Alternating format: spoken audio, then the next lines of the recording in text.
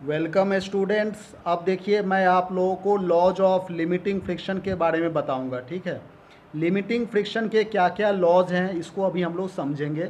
ये 4 लॉज हैं, इसको हम लोग देखेंगे। ये डायग्राम भी है। यहाँ तक चैप्टर मतलब टॉपिक जो है वो फिनिश हो रहा है। ठीक है, तो ये देखिए फर्स्ट पॉइंट क्या कहना चाह रहा है इसमें। The limiting friction depends on the nature of the surface in contact and there state of polish.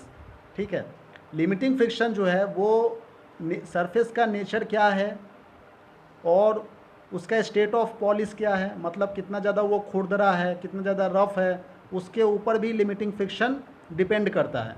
मान लो बहुत ज़्यादा रफ़ सरफेस है तो लिमिटिंग फ्रिक्शन क्या हो जाएगा, बढ़ जाएगा। मतलब उसको आगे बढ़ने में खुरदरा सरफेस ज़्यादा है, मान लीजिए ऊबड़ खाबड़ रास्ता है, तो उससे गाड़ी को आगे बढ़ने में दिक्कत होगी, अपोजिंग करेगी, बाधा पहुंचाएगी। उस बाधा को ही तो लिमिटिंग फ्रिक्शन कह रहे हैं। बात समझ में आ रही है। तो ये नेचर ऑफ सरफेस के ऊपर भी डिपेंड करता है। ठीक है, nature of surface in contact और स्टेट ऑफ पॉलिश के ऊपर भी डिपेंड करता है। अब देखिए दूसरा, यदि हम लोग कहें सेकेंड पॉइंट कि limiting friction acts tangentially to the two surface in contact and in a direction opposite to the direction of motion of the body.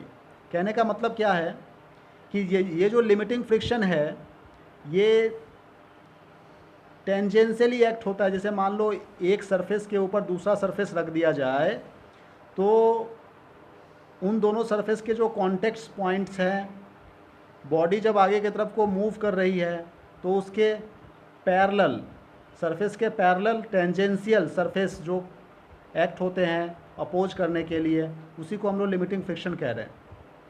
ठीक है, कहने का मतलब देखिए ये एक सरफेस है, इस सरफेस के ऊपर एक ब्लॉक रखा हुआ है। यहाँ पर ये ए ब्लॉक है सपोज कीजिए। ठीक है, ये आगे की तरफ फोर्स लगा रहा है, ये आगे की तरफ को मूव कर रहा है। तो जब ये मूव कर रहा है तो इसके अपोजिट में ये देखिए ये फ्रिक्शन फोर्स, ये स्मॉल एफ मतलब फ्रिक्शन फोर्स लग रहे हैं। ठीक है, तो फ्रिक्शन फोर्स जो है वो टेंजेंशियली एक्ट हो रहे हैं दोनों सरफेस के। ये तो ब्लॉक का एक नीचे का सरफेस हो गया और ये रोड का सरफेस, तो दोनों सरफेस के अलॉन्ग में एक टेंजेंशियल फोर्स एक्ट कर रहा है जो कि अपोजिट डायरेक्शन में इस अप्लाइड फोर्स के। यही बात इस सेकंड पॉइंट में लिखी गई है। ठीक है, कि लिमिटिंग फ्रिक्शन जो है वो अपोजिट इन डायरेक्शन होगा बॉडी के मोशन के और वो टेंजेंशियली एक्ट होगा। ये टेंजेंशियली एक्ट हो रहे हैं सरफेस पर, टेंजेंशियल है। ठीक है ना, तो दोनों पॉइंट समझ में आ गया होगा। अब तीसरा पॉइंट देखिए। तीसरा पॉइंट ये कह रहा है कि the value of limiting friction is independent of the area of the surface in contact so long as the normal reaction remains the same. ये देखिए ये वेट है, इसको अप्लाइड फोर्स, मतलब ये कैपिटल एफ जो है वो अप्लाइड फोर्स है, इसके अपोजिट में फ्रिक्शन फोर्स है। वेट इस ब्लॉक का नीचे की तरफ को एक्ट कर रहा है और रिएक्शन फोर्स जो है वो इसको बैलेंस कर रहा है वेट को अपोजिट डायरेक्शन में। ठीक है ना, तो यहाँ पे 4 तरह के फोर्स एक्ट हो रहे हैं। तो इसमें ये कह रहा है कि यदि नॉर्मल रिएक्शन, इसी रिएक्शन, इस आर को कहते हैं नॉर्मल रिएक्शन फोर्स, तो ये जो नॉर्मल रिएक्शन फोर्स यदि कांस्टेंट रहे तो उस समय में लिमिटिंग फ्रिक्शन जो होता है वो सरफेस के एरिया ऑफ कांटेक्ट के इंडिपेंडेंट होता है, मतलब कोई डिपेंड नहीं करता है। ठीक है ना, सरफेस के एरिया इन कांटेक्ट के ऊपर लिमिटिंग फ्रिक्शन कोई डिपेंड नहीं करता है। ये बात समझ में आ रही है आपको। जैसे कि मान लीजिए ये एक रेक्टेंगुलर सरफेस है, इसको हमने रख दिया, तो देखिए इसके नीचे का सरफेस की बात करें तो ये एक रेक्टेंगल आपको दिख रहा है। ठीक है ना, तो इसको अब हम आगे की तरफ को बढ़ा रहे हैं तो इसका सरफेस कॉन्टैक्ट क्या है, रेक्टेंगुलर, ये पोर्शन सरफेस इन कॉन्टैक्ट्स है। ठीक है, अब जब हम इसको परपेंडिकुलरली रख देंगे, अब परपेंडिकुलरली मूव कराएंगे तो इसका सरफेस इन कॉन्टैक्ट देखिए ये छोटा सा एरिया हो गया, लेकिन वेट तो चेंज नहीं हो रहा है, वेट तो जैसा है वैसे ही है। ठीक है ना, लेकिन जब हम इसको परपेंडिकुलर रख रहे हैं, ठीक है, तो इसका area of contact, surface area जो है वो छोटा हो गया। जब हम इसको हॉरिजेंटली रख रहे हैं तो उस समय इसका सरफेस एरिया जो है वो लार्ज हो गया। ये बात समझ में आ रही है आपको। तो यही कह रहा है, लेकिन लिमिटिंग फ्रिक्शन जो है वो इंडिपेंडेंट होता है area of surface in contact के। मतलब सरफेस को आप हॉरिजेंटली रखिए, वर्टिकली रखिए, कैसे भी रख करके इसको मूव करवा रहे हैं एक जगह से दूसरे जगह। ठीक है ना, तो जो फ्रिक्शन फोर्स काम कर रहा है वो इंडिपेंडेंट हो रहा है area of surface in contact के। ठीक है, मतलब फ्रिक्शन फोर्स उतना ही लगेगा जितना हॉरिजेंटली मूव कराएंगे तो जितना लगेगा, वर्टिकल मूव कराएंगे दोनों ही केस में फ्रिक्शन फोर्स उतना ही होगा। ठीक है, अब देखिए सेम वैल्यू होगी दोनों की। अच्छा, लास्ट पॉइंट एक समझ लीजिए कि ये जो लिमिटिंग फ्रिक्शन है, ठीक है। अच्छा, लास्ट पॉइंट समझाने से पहले एक बात मैं ये फर्स्ट पॉइंट में और ऐड करना चाहूँगा कि ये फर्स्ट और सेकंड पॉइंट में ये ऐड करना चाहूँगा कि ये देखिए लिमिटिंग फ्रिक्शन जो है वो टेंजेंशियली तो अपोजिट डायरेक्शन में एक्ट हो ही रहा है, ठीक है ना। लेकिन ये अपोजिट डायरेक्शन में एक्ट हो रहा है, तो जैसे कि मान लो ये एक सरफेस है, तो सरफेस के नीचे का जो पॉइंट है, जैसे मान लीजिए यहाँ पर एक सरफेस है, ठीक है ना, और इस सरफेस पर हमने यहाँ पर दूसरे बॉडी को रोल करवा करके आगे की तरफ को मूव करवा रहे हैं, ठीक है। तो ये जो सरफेस इन कांटेक्ट है, यहाँ पर क्या हो रहा है कि ये तो कांटेक्ट पॉइंट्स है जो टच किया हुआ है ज़मीन से, ठीक है ना।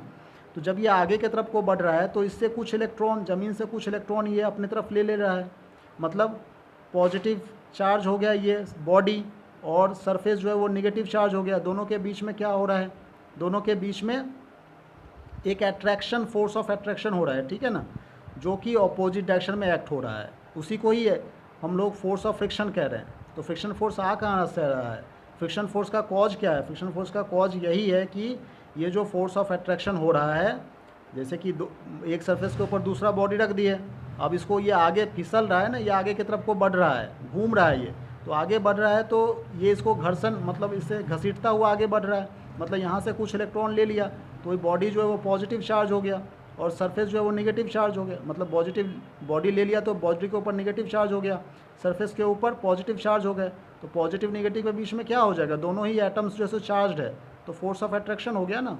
तो इस फोर्स ऑफ अट्रैक्शन को ओवरकम करके, और ये अप्लाइड फोर्स आगे की तरफ बढ़ रहा है, इसलिए बॉडी मूव कर रहा है।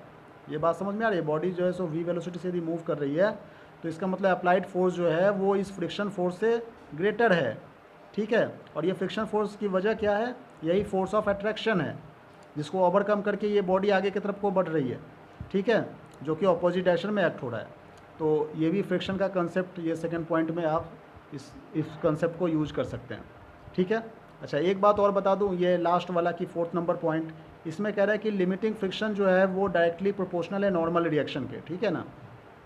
तो वो तो है ही, कैसे है देखिए, ये जो लिमिटिंग फ्रिक्शन है जिसको हम लोग स्टैटिक फ्रिक्शन कह रहे हैं, ये इस नॉर्मल रिएक्शन आर के डायरेक्टली प्रोपोर्शनल है, ठीक है ना। ये देखिए यहाँ पे इक्वेशन लिख दिया गया है, वो इस तरह से है कि डायरेक्टली प्रोपोर्शनल किस तरह से, देखिए जैसे ये वेट है, ठीक है ना, वेट जो है वो नॉर्मल रिएक्शन के डायरेक्टली प्रोपोर्शनल होता है। ये बात समझ में आ रही है? बॉडी का वजन जितना ज़्यादा होगा अप्लाइड फोर्स भी उतना ही बढ़ जाएगी। Applied force is directly proportional to weight of the body. मान लो बॉडी 20 किलोग्राम का, तो इसको खींचने में ज़्यादा फोर्स लगेगी ना। बॉडी यदि 5 किलोग्राम का तो उसको आसानी से खींच सकते हैं, तो डायरेक्टली प्रोपोर्शनल है ना। अब ये देखिए, ये जो फोर्स जो है वो इस फ्रिक्शन फोर्स के इक्वल एंड अपोजिट है न्यूटन्स थर्ड लॉ के अकॉर्डिंग। तो इस कैपिटल एफ के जगह पर हम लोग स्मॉल एफ लिख सकते हैं, ठीक है। और ये वेट जो है वो नॉर्मल रिएक्शन के डायरेक्टली प्रोपोर्शनल है न्यूटन्स थर्ड लॉ के अकॉर्डिंग। ये एक्शन है और तुरंत इंस्टेंटली रिएक्शन फोर्स जो आर जो है न्यूटन्स थर्ड लॉ ने बताए थे, उसमें उसके अकॉर्डिंग हम लोग, न्यूटन साहब के अकॉर्डिंग हम लोग ये देख सकते हैं कि वेट जो है वो इस रिएक्शन फोर्स के इक्वल एंड अपोजिट है, तो वेट के जगह पर हम लोग रिएक्शन फोर्स लिख सकते हैं। तो बस ये आ गया ना यहाँ पर, static friction is directly proportional to normal reaction, ठीक है। आप प्रोपोर्शनल को हटाइए, कांस्टेंट पुट कीजिए, इससे म्यू एस कह रहे हैं। म्यू एस क्या है, कोफिशिएंट ऑफ स्टैटिक फ्रिक्शन है, ठीक है ना। इसी लिमिटिंग फ्रिक्शन कह लो, स्टैटिक फ्रिक्शन कह लो, बात एक ही है। तो ये क्या है एक्चुअल में, ये दो फोर्स के रेशियो है, ये भी तो फोर्स ही है, लिमिटिंग फ्रिक्शन नॉर्मल रिएक्शन से दोनों ही सब फोर्स है। तो it is the ratio of limiting friction and normal reaction. तो ये भी एक लॉ बन गया, ठीक है, ये 4th नंबर लॉ है। तो बस ये इतना ही है। Thank you very much.